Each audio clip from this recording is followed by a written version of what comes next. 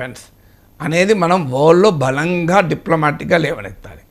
అంటే ఏ అంశాన్ని అయితే వాడుకొని ఇండియాను బ్లాక్మెయిల్ చేయాలని పాకిస్తాన్ చూస్తుందో ఆ అంశంతోనే పాకిస్తాన్ ఐసోలేట్ చేయాలి. ఎవ్రీ క్రైసిస్ గివ్స్ ఎన్ అపార్చునిటీ. ఇప్పుడు nuclear blackmail is a crisis. Opportunity ఏంటి? దాన్నే ఉపయోగించి పాకిస్తాన్ ఐసోలేట్ చేయాలి. రెండవది ఏంటంటే స్ట్రాటజిక్ పాలసీలో వ్యూహాత్మకంగా ఇది పూర్తి స్థాయి యుద్ధము లేదా అణుయుద్ధం వైపుగా వెళ్ళకుండా మన అటాక్ ఉండాలి. నేను డే 1 నుంచి ఇదే చెప్తున్నాను. చాలామంది యుద్ధం అని రంకరేస్తుంటారు సోషల్ మీడియాలో. డే 1 చెప్తున్నాను, పాకిస్తాన్కు బుద్ధి చెప్పాల్సిందే. పాకిస్తాన్కు నిర్ణయాత్మకమైన బుద్ధి చెప్పాలి, డిసిసివ్గా బుద్ధి చెప్పాల్సిందే, మళ్ళీ మామూలుగా కాదు.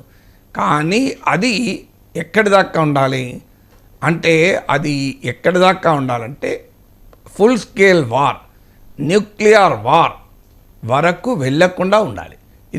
ఇది సాధ్యం. అది ప్రపంచంలో అనేక యుద్ధాలు చూసాం మనం. సో ఏ కాన్ఫరెంట్ లో ఇంటెన్సిటీ వార్ అని ఇలా రకరకాల పేర్లు ఉంటాయి. That is a strategic option. ఆ వివరాలు మనము చెప్పాల్సిన అవసరం లేదు. Government of India knows it. అంటే ఎలా రెస్పాండ్ కావాలి అని. ఇప్పుడు బాలాకోట్ స్ట్రైక్ చేసాం, వాడు జోలికి కూడా రాలేము కదా మనకు. సో అందువల్ల we have to teach a lesson. వాడు ఇంకో మాట మాట్లాడకుండా లెసన్ చెప్పాలి. కానీ అది ఫుల్ స్కేల్ వార్గా, న్యూక్లియర్ వార్గా మారకుండా మన రెస్పాన్స్ ఉండాలి. అంటే ఎంత మేరకు ఎస్కలేట్ చేయాలి అని. ఇప్పుడు ఎంత మేరకు ఎలాస్టిసిటీ ఉంటుంది. ఇప్పుడు మనం ఒక ఎలాస్టిక్ ఐటమ్ ఇలా లాగుతుంటాం. ఎక్కడి దాకా లాగుతాం? మ్యాక్సిమం తెగకుండా ఉండేంతవరకు లాగుతాం. మీరు ఒక బెలూన్ ఉంది, బెలూన్ను మనం గాలి కొడుతూనే ఉంటే అది బల్జ్ అవుతుంటుంది. ఎక్కడ ఆపుతాం మనం? చిన్న పాప కూడా బెలూన్ ఎక్కడ ఆపుతుంది బల్జింగ్? పగిలిపోతుంది అనుకున్న దగ్గర ఆగుతుంది. సో బెలూన్ లాగానే ఇది కూడా situation. So you escalate the situation. అంటే బెలూన్ పెంచుతూ ఉంటాం, మనం ఎస్కలేట్ చేస్తుంటాం. ఎక్కడ వరకు బ్రేకింగ్ పాయింట్ రానంత వరకు చేస్తాం.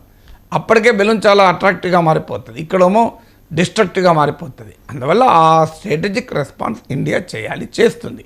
మన నమ్మకం నాలంటోడు చెప్పవసరం లేదు భారత ప్రభుత్వానికి. సో అందువల్ల ఇది రెండవ ఎగ్జాంపుల్. ఇక పాకిస్తాన్ చెప్తున్నది ఏంటంటే టాక్టికల్ న్యూక్లియర్ వెపన్ వాడతాము అని అంటున్నారు. న్యూక్లియర్ వెపన్స్లో 2 రకాలుగా ఉంటాయి. ఒకటి స్ట్రాటజిక్ న్యూక్లియర్ వెపన్ అని, రెండోది టాక్టికల్ న్యూక్లియర్ వెపన్ అని. స్ట్రాటజిక్ న్యూక్లియర్ వెపన్ ఏమో ఒక నగరం పైన, ఇప్పుడు హిరోషిమా నాగసాకిల పైన వేసింది, ఒక విశాలమైన ప్రాంతం పైన ఎక్కువ పేలుడు పదార్థంతో కూడిన భారీ దాడిని స్ట్రాటజిక్ న్యూక్లియర్ వెపన్ అంటారు. టాక్టికల్ న్యూక్లియర్ వెపన్ ఏంటంటే బ్యాటిల్ ఫీల్డ్లో వాడతారు. అంటే శత్రువులు నీ వైపు వస్తున్నాయి, వారిని నిరోధించాలి, వారిని వెనక్కి తోయాలి, వాళ్ళని అంతం చేయాలి. అప్పుడు టాక్టికల్ న్యూక్లియర్ వెపన్ వాడతారు. అంటే అది బ్యాటిల్ ఫీల్డ్ వెపన్ అది. సో అందువల్ల ఆ టాక్టికల్ న్యూక్లియర్ వెపన్ కూడా చాలా ప్రమాదకరమే. సో దానికి అఫ్కోర్స్ మీకు స్ట్రాటజిక్ న్యూక్లియర్ వెపన్తో పోలిస్తే అంత వినాశకరంగా ఉండదు. కానీ ఎనీ న్యూక్లియర్ వెపనే వినాశకరం.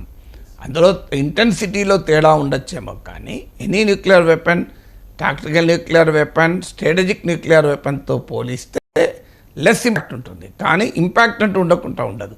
సో అందువల్ల పాకిస్తాన్ చేస్తున్నటువంటి న్యూక్లియర్ బ్లాక్మెయిల్కు భయపడాల్సిన అవసరం లేదు, కానీ అప్రమత్తంగా మాత్రం ఉండాలి. ఎందుకంటే పిచ్చోని చేతిలో రాయి ఉంటేనే అప్రమత్తంగా ఉంటాం, పిచ్చోని చేతిలో అణ్వాయుధం ఉంటే ఇంత అప్రమత్తంగా ఉండాలి. ఇక పహల్గామ్ దాడి 22 ఏప్రిల్ అంటే ఇవాళ 5th మే, 14 days అయింది సార్, 2 weeks. ఓవైసీ లాంటి వాళ్ళు అంటారు ఇదే సరైన సమయం పీఓకేని స్వాధీనం చేసుకోవడానికి అని చెప్పి. రాహుల్ గాంధీ అంటారు మేము ప్రతిపక్షంగా ఉన్నా కూడా ఈ సమయంలో రాజకీయం చేయము, మీరు ఎటువంటి యాక్షన్ తీసుకున్నా మేము సపోర్ట్ చేస్తాము అని మొదట్లో చెప్పారు. రీసెంట్గా కూడా రాహుల్ గాంధీ కామెంట్ చేశారు సార్, ఎందుకు లేట్ చేస్తూ ఉన్నారు అని చెప్పి. 14 days అయ్యింది, ఎందుకు ఈ ఆలస్యం అనేది ఒక ప్రశ్న. 2, ఈ ఆలస్యం ప్రభావం ఎంత? ఇది భారత్కి లాభిస్తుందా లేకపోతే పాకిస్తాన్కి లాభిస్తుందా? మొదలు మీడియాకు ఉండాల్సిన లక్షణం ఏంటంటే ప్రతి దాంట్లో రాజకీయాలు లాగకూడదని. రాహుల్ గాంధీ ఏమన్నాడు, ఓవైసీ ఏమన్నాడు అన్నది ఇష్యూ కాదు. ప్రతిదాన్ని రాహుల్ గాంధీలు ఓవైసీల ప్రెజర్ నుంచి, రాజకీయాల ప్రెజర్ నుంచి చూడాల్సిన అవసరం లేదు. ఇది దేశ భద్రత, దేశ రక్షణ, దేశ విదేశాంగ విధానం, ఇలాంటి సీరియస్ సబ్జెక్ట్స్లో కూడా మళ్ళీ పొలిటీషియన్లను పట్టుకొచ్చి వాళ్ళ స్టేట్మెంట్లు పట్టుకొచ్చి వాళ్ళ రాజకీయాలు పట్టుకొచ్చి విశ్లేషించడం అనడం మొదలు మీడియా ఈ స్వభావాన్ని వదులుకోవాలి. ఎందుకంటే it's not a politically dividing subject. ఇది national security, foreign policy, defence preparedness, strategic వ్యూహాత్మక ప్రిపేర్నెస్, ఇవి రాజకీయాలకు సంబంధించిన అంశాలు కాదు. అయితే సహజంగా మీడియా కేంద్ర రాజకీయాలంటే క్రేజీ కనుక ప్రతిదాన్ని రాజకీయపరమైన కోణాన్ని పట్టుకొస్తాం, కానీ అది అవాయిడ్ చేయాలి. దీంట్లో ఇష్యూ ఏంది, మీరు అడిగిన ప్రశ్న చాలా ఇంపార్టెంట్ ప్రశ్న. ఇప్పుడు ఎందుకంటే దాదాపు 14 days అయింది, ఆలస్యం అవుతుంది. ఈ ఆలస్యానికి కారణం ఏంటి, ఆలస్యం ప్రభావం ఏంటి? That is a serious issue. Rahul Gandhi ఏమన్నాడు, ఓవైసీ ఏమన్నాడు అంటే మళ్ళీ బీజేపీ ఏమన్నది, ఈ పంచాయతీ వద్దు, రాజకీయ పంచాయతీ ట్రివియలైజ్ అయిపోతుంది, విషయాన్ని యొక్క సీరియస్నెస్ పోతుంది. సో అందువల్ల అసలు ఏంటి, ఎందుకు ఆలస్యమైంది అని ఎవరన్నారు? ఆలస్యానికి నిర్వచనం ఏంటి అంటే ఎన్ని రోజులు, ఇదేమన్నా మెడికల్ సైన్సా, సర్జరీ 2 రోజుల్లో చేయకపోతే ప్రాణానికి ముప్పు? సో ఇదేమన్నా నిన్నొచ్చిన సమస్యనా, ఇది రేపు పొద్దున పోయే సమస్యనా? ఇది మనం పాకిస్తాన్ పుట్టినప్పటి నుంచి ఎదుర్కొంటున్న ప్రాబ్లం, 78-year ప్రాబ్లం. ఇలా కొత్తగా వచ్చింది కాదు, కొత్తగా పోయేది కాదు. అందువల్ల ఎమర్జెన్సీ ఆపరేషన్ చేసి మనము బుల్లెట్ దిగింది కనుక ఎమర్జెన్సీ ఆపరేషన్ బుల్లెట్ తీయాలన్నది కాదు కదా. అందువల్ల ఆలస్యము అన్న పదానికి నిర్వచనం లేదు. ఎందుకంటే ఆలస్యం అని ఎప్పుడంటాం, ఇప్పుడు ఎగ్జామ్ 10 గంటలకు ఉందనుకుంటారు రవిశంకర్, 9:55 వరకైనా చేరకపోతే ఆలస్యం అంటాం, అంతే కదా. 10:05 చేరితే చాలా ఆలస్యం, 10:30 పోయిందనుకో ఇక ఎక్కువ ఆలస్యం. సో వీ షుడ్ నోట్ 10 గంటలకు ఎగ్జామ్ అనే ఒక రెఫరెన్స్ పాయింట్ నుంచి ఆలస్యాన్ని క్యాలిక్యులేట్ చేస్తాం. కానీ ఇక్కడ రెఫరెన్స్ పాయింట్ ఎక్కడుంది అంటే ఎన్నో రోజు అటాక్ చేయాలని ఎక్కడుంది రెఫరెన్స్ పాయింట్? సో సహజంగా గతంలో బాలాకోట్ స్ట్రైక్స్, పుల్వామా అటాక్ ఆధారంగా చేసుకొని ఒక వాదన చేస్తున్నారు. నా గుర్తు, సబ్జెక్ట్ కరెక్షన్, 12 days అనుకుంటాను బాలాకోట్ స్ట్రైక్స్, 12వ రోజు జరిగింది అని. సో కానీ but there is no reference point.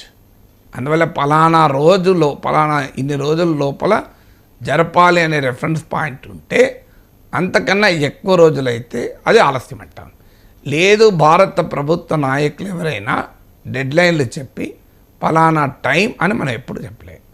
మనం ఏమంటున్నాం, ఎట్ అవర్ ఓన్ టైం, సరైన సమయంగా మనం భావించినప్పుడు మనం అటాక్ చేస్తాం. ఇది చెప్పిన తర్వాత ఇక నీకు టైం ఎక్కడిది రెండోది. కానీ ఇక అందువల్ల ఆలస్యము ఎందుకైంది అనేది ప్రశ్నే కాదు. ఆలస్యం అనేది ఎందుకనడానికి రీజన్స్ ఏంటి అన్నప్పుడు there may be many reasons. ఎందుకంటే భారతదేశం అనేక రకాల స్ట్రాటజిక్ క్యాలిక్యులేషన్స్ చేసుకొని ఈ పని చేయాలి. ఎందుకంటే మిస్ అడ్వెంచర్ అనేది ఉండకూడదు, మిస్ క్యాలిక్యులేషన్ కూడా ఉండకూడదు. ఇప్పుడు ఉదాహరణకు మనం అటాక్ చేస్తే ఖచ్చితంగా పాకిస్తాన్ రెస్పాండ్ అవుతుంది. వాళ్ళ మాటలు మనం చూస్తున్నాం. పాకిస్తాన్ రెస్పాండ్ ఎంత అవుతుంది, ఎంత మేరకు అవుతుంది, దాన్ని ఎలా నియంత్రించాలి, కౌంటర్ ఎలా చేయాలి, ఈ క్యాలిక్యులేషన్ ఇండియన్ గవర్నమెంట్ వేసుకోకుండా తొందరపడి అటాక్ చేసి తర్వాత డిస్ప్రపోర్షనేట్ రియాక్షన్ పాకిస్తాన్ నుంచి వచ్చినప్పుడు సర్ప్రైజ్ కాకూడదు కదా. We should have all the calculations. రెండవది, దేశంలో పరిస్థితులు ఎలా ఉంటాయి, ఇంటర్నేషనల్ కమ్యూనిటీ ఎలా రియాక్ట్ అవుతుంది, డిప్లొమాటిక్ ఛాలెంజెస్ ఏమొస్తాయి. సో ఇలాంటి ఫ్యాక్టర్స్ అన్నీ, ఇది ఎంతకాలం ప్రొలాంగ్ కావచ్చు, ప్రొలాంగ్ అయినప్పుడు ఉండే పరిస్థితులు ఏంటి, ఈ అంచనాలన్నీ వేసుకొని ప్రభుత్వం ఒక నిర్ణయం తీసుకుంటుంది. అందువల్ల ప్రభుత్వం పైన వదిలేయాలి తప్ప మనము టీవీ స్టూడియోలో కూర్చొని సమయాన్ని నిర్దేశించకూడదు. అలాంటి పని కాదు. Dealing with Pakistan is not a limited over match, not even a test match, it is a practice match. అంటే మనం ఎంతసేపైనా ఓపిక ఉన్నంత ప్రాక్టీస్ చేసుకోవచ్చు. సమయం వరకు ఓపిక లేనప్పుడు ఆపుతాం. సో ప్రాక్టీస్ మ్యాచ్ లాగా ముందు చాలా ప్రిపరేషన్ చేసి తర్వాత one fine morning will decide the tournament. So అందువల్ల ఆ లీవే, ఆ అవకాశము, ఆ వీలు, ఆ నిర్ణయాధికారము అది మొత్తం భారత ప్రభుత్వానికే వదిలేయాలి భారతీయులు ఎవరైనా. అందుకే రాజకీయ నాయకుల వ్యాఖ్యలు కూడా నేను పరిగణలోకి తీసుకోను. ఫార్చునేట్లీ మీరు ఉదాహరించినట్లు రాజకీయ నాయకులు కూడా ప్రభుత్వానికి మద్దతుగానే నిలిచారు. ఈవెన్ మద్దతుగా నిలవకపోయినా పట్టించుకోవాల్సిన అవసరం లేదు. So this is not a decision for political debate. ఇది నేషనల్ డిఫెన్స్, నేషనల్ సెక్యూరిటీ, ఇందులో శశబిషలు ఉండకూడదు. అందరం ఒకటే. అందువల్ల we leave it to the government of India for a timing of the response. భారత ప్రధానమంత్రి భారత సైన్యానికి వదిలేసినప్పుడు మనం ఎవరో అని మాట్లాడటానికి. ఇకపోతే దీని ప్రభావం ఏంటుంటుంది, ప్రభావం ఏముంటుంది అనే దాంట్లో 2 రకాల వివరణలు డిఫెన్స్ ఎక్స్పర్ట్ చెప్తున్నారు. డిఫెన్స్ ఎక్స్పర్ట్ ఈ సైన్స్ను స్ట్రాటజిక్ అఫైర్స్ అంటారు. ఇప్పుడు మనకు ఎలాగైతే రాజకీయాలను పొలిటికల్ సైన్స్ అని, పాలనా శాస్త్రాన్ని పబ్లిక్ అడ్మినిస్ట్రేషన్ అని, ఇలా అర్థశాస్త్రాన్ని ఎకనామిక్స్ ఇలా అంటామో, this is also a science. It's called strategic affairs. ప్రపంచంలో చాలా టాప్ యూనివర్సిటీస్లో స్ట్రాటజిక్ స్టడీస్ అని, స్ట్రాటజిక్ అఫైర్స్ అని కోర్సెస్ కూడా ఉంటాయి. ఇంటర్నేషనల్ రిలేషన్స్లో, పొలిటికల్ సైన్స్లో ఒక స్ట్రీమ్గా స్టడీ ఇది multidisciplinary science strategic affairs అనేది. అందుకే ఈ స్ట్రాటజిక్ అఫైర్స్ ఎక్స్పర్ట్స్ ఉంటారు. ఈ రంగంలో మీకు చాలా నిష్ణాతులు ఉంటారు. సో వారు మీకు నిరంతరం వ్యాఖ్యానాలు, విశ్లేషణలు చేస్తూ ఉంటారు. సో వీరు చేస్తున్నటువంటి విశ్లేషణల ప్రకారం, అంటే అందులో కూడా ఏకాభిప్రాయం ఉండదు, రకరకాల డిఫెన్స్ ఎక్స్పర్ట్స్ రకరకాలు చెప్తారు. 2 రకాల వాదనలు వస్తున్నాయి. ఒకటి, ఆలస్యం కావడం వల్ల పాకిస్తాన్కు మనము అవకాశాన్ని ఇస్తున్నాం. వాడు మరింత మిలిటరీగా ఈక్విప్ అయ్యటానికి.